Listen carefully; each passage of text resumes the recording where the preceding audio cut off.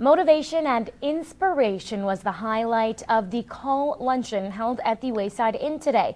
Carrie McCullough tells us how a special guest speaker shared his stories and tips to create lasting relationships in both our professional and personal lives.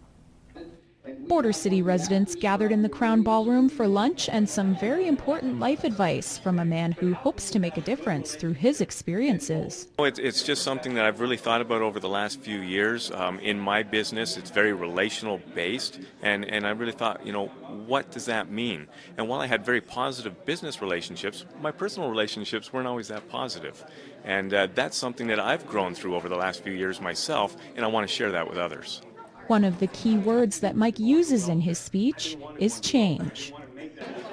I want people to realize that no matter what position they're in today, no matter what the state of their relationships are, that they have the ability to change.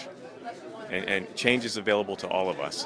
And it starts with our attitude. And with the right attitude, we can have the positive relationships we're all looking for.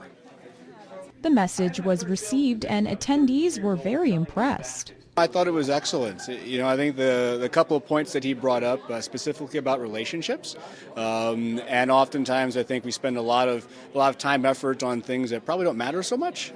Maybe they do in the moment, but you get 5 or 10 years down the road and you look back and maybe think it wasn't quite so important as what it was at the time. Mike was happy to bring his message to the Border City, and being the national sales manager of a company that works in the trucking industry, he finds the city very fitting. Lloydminster has more trucking than anywhere in North America per capita, so, I should have been here a long time ago.